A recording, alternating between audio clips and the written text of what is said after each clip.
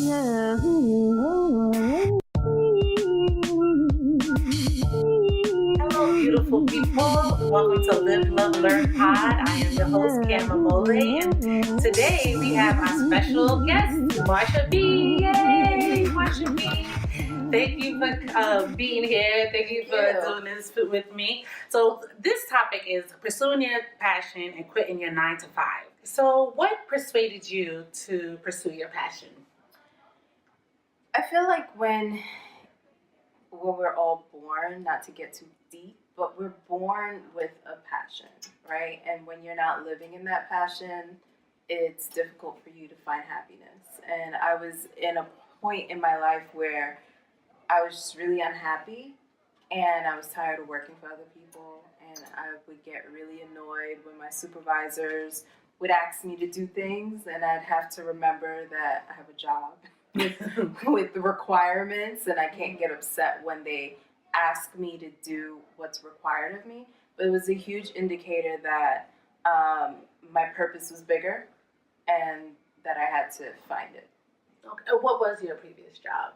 So I worked as a social media manager at a nonprofit organization called Lighthouse Guild. And so Lighthouse Guild is an organization that helps people who are legally blind in all areas: mental health, education, technology, college. They have a medical center. They have optometrists. They have like a whole. They literally do everything. And so I worked in the placement department for about 5 years, and then I got promoted to social media manager. And what made you do that field? Like, what made you? So I thought maybe going into social media would help the creative side of me, but it's still very much, having to listen to other people. You don't get to use your creative side as much.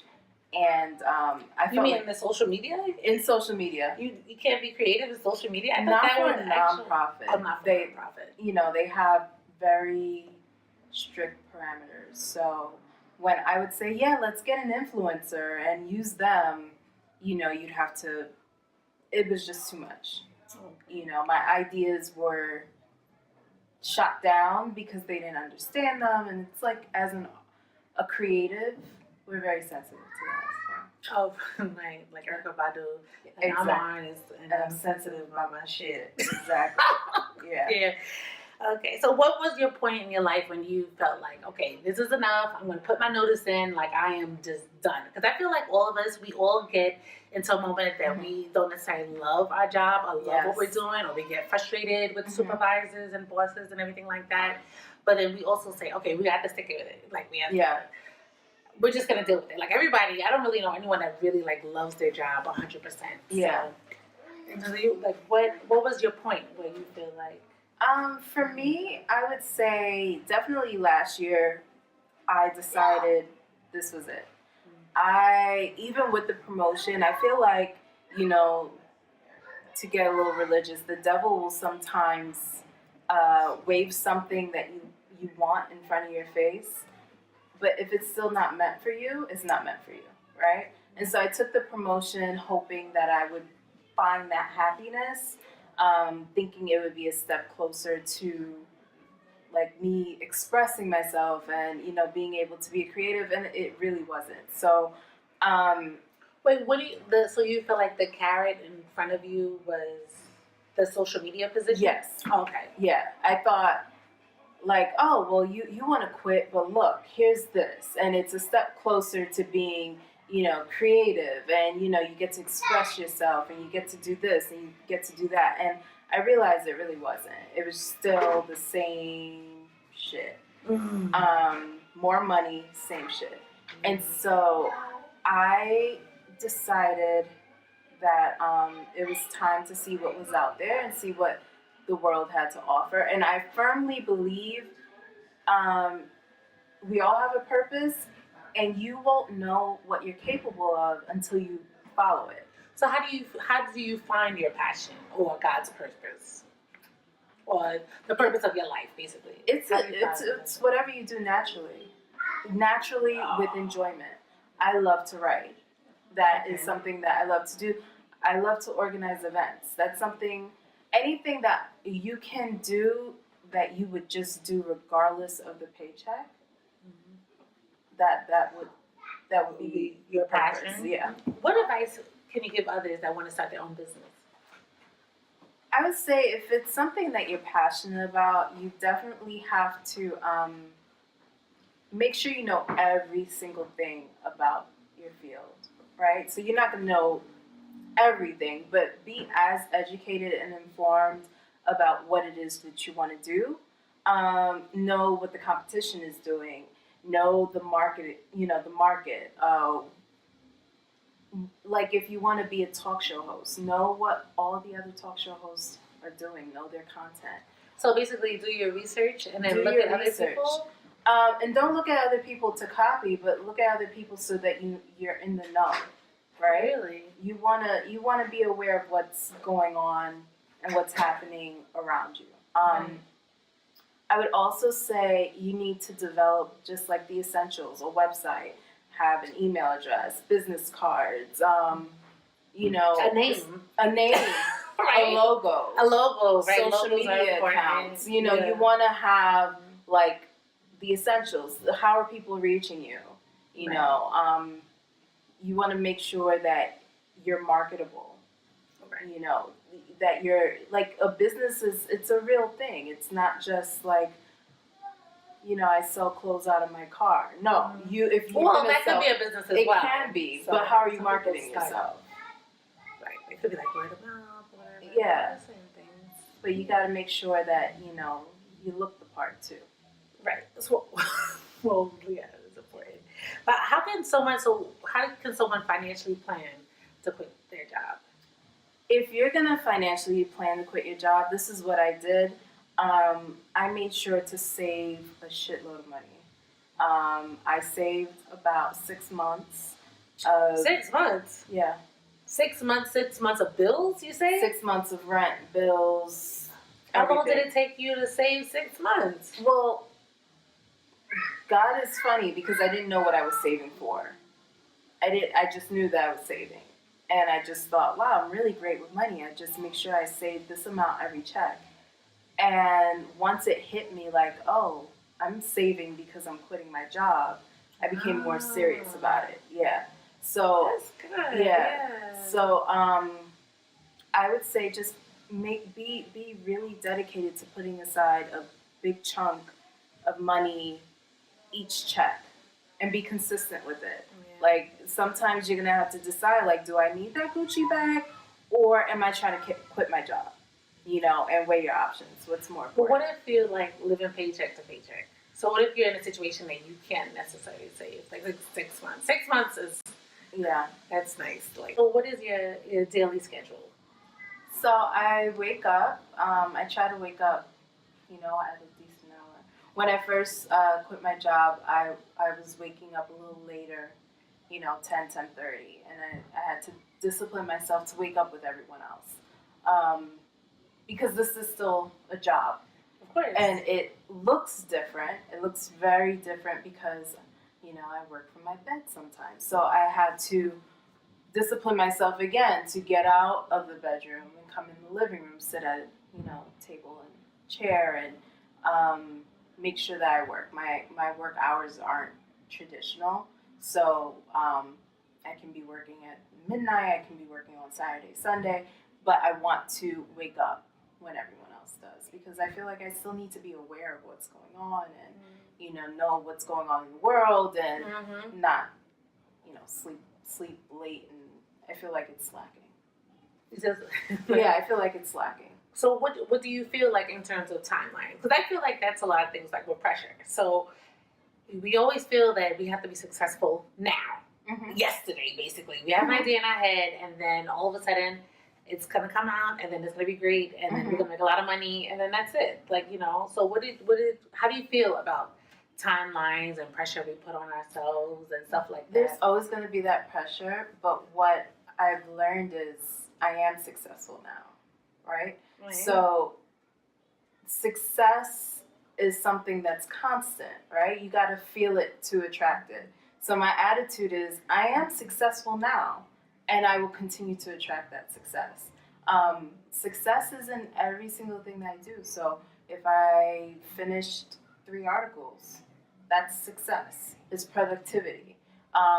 Success is in the small things that you do every day that then equal the big picture, you know, what you're working towards. So I've learned to alleviate that pressure by acknowledging the small things that I do every day that make my brand bigger and better. Okay, well, you talk about your brand, so please tell all of us about your company, what you have going on, everything you're doing.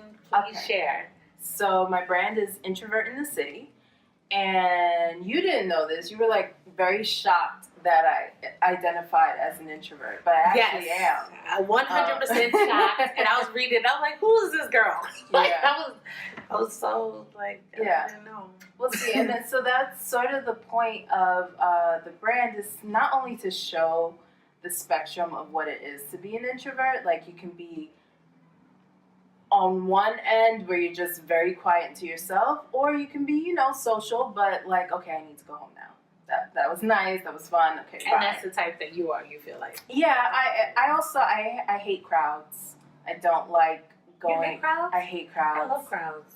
Well, you're an extrovert. I love like I don't like crowded trains. Yeah, no. But I don't love like crowds, like parties, or I hate parties. or like festivals. I hate festivals. I hate anywhere that puts me in a position where there's too. Yeah, don't like that.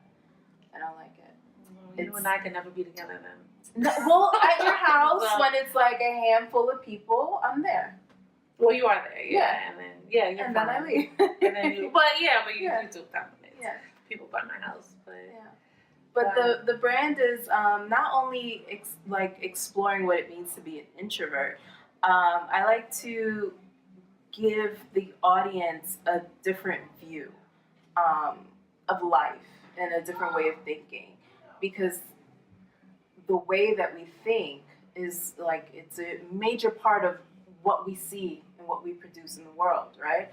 So you can either wake up and say, today was horrible, or you can wake up and say, okay, that moment was horrible, but I can recommit to having an amazing day, right? And so my brand is about promoting positive like attitudes, positive ways of life, how to incorporate that. And then, you know, it's a lifestyle blog, so I talk about traveling. I give you tips and tricks on like different things.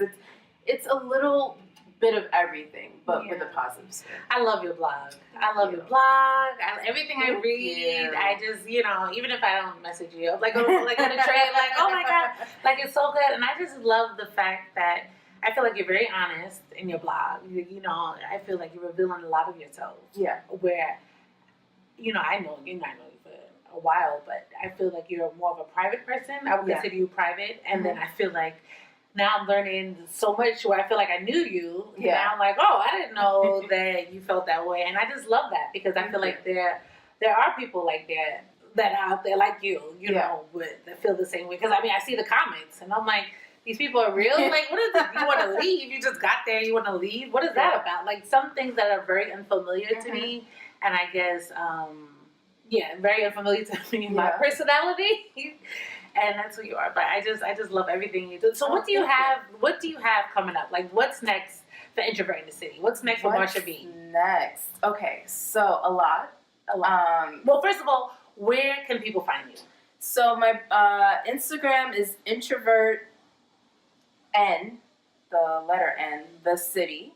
What's coming up for me right now? I am planning a webinar on how to grow your social media following, like an authentic following, because I did a post about how Instagram is just like the biggest fraud out there. Why do you say that? It is. You'll be surprised the amount of people who buy followers and buy likes and buy comments and stuff like that. People buy likes? They buy likes. How do you buy a comment? You like pay your friends? Like, can No. you like buy a friend? I mean, sometimes there are apps that you can. Come on. Yeah. Yes. So there's apps that people put money in to make likes. Yeah. Yeah. Real people. Real people. So it's the webinar is how to grow an authentic following, because people, it's a huge thing right now on social media. It's a huge thing. There's even like marketing strategies where I get contact like every single day by marketing companies that say, listen, if you buy into our program, what we do is we will see the type of feed that you have, and we'll see the type of followers you want to attract, and we will go and like their accounts. And, you know, I don't know if you notice, like on Instagram, someone will follow you and a couple of days later they'll unfollow you. And so that's how people are building their accounts, because they'll follow you and then you'll be like, oh, I got a new follower. And so you'll follow them and then they'll unfollow you. So there are all of these, you know, weird strategies that people are doing to grow their following when you don't have to do any of that. Yeah. You can just be your authentic self and, you know, use some different marketing strategies to get you that following, you know, to grow your following. My page has been out since October or September of 2017, and I'm almost at 1,000 followers. Yeah, which is amazing. Not, I mean, it's not 10K, but it's something. No, it's something, and it's authentic. You know, I don't have 1,000 people calling me. I'm sure you don't have 1,000 people calling you. It's not like your immediate circle. Yeah. I'm trying to say your immediate friends, or immediate circle. Yeah, that's pretty amazing. So it's all about, you know, strategy. So I'm gonna do a webinar on that coming up in May. I'm also doing a fundraiser. I'm going to Kenya in October. You told me. Yes. So I'm doing a fundraiser to raise money for the organization that I'm going to do some volunteer work at a school. And so in addition to doing some work with them, I'd like to, you know, hand them a check. So I'm going to do that. And then I'm working on like a fishbowl type of event where it's like a bunch of introverts and we come together and sort of like dissect what that means.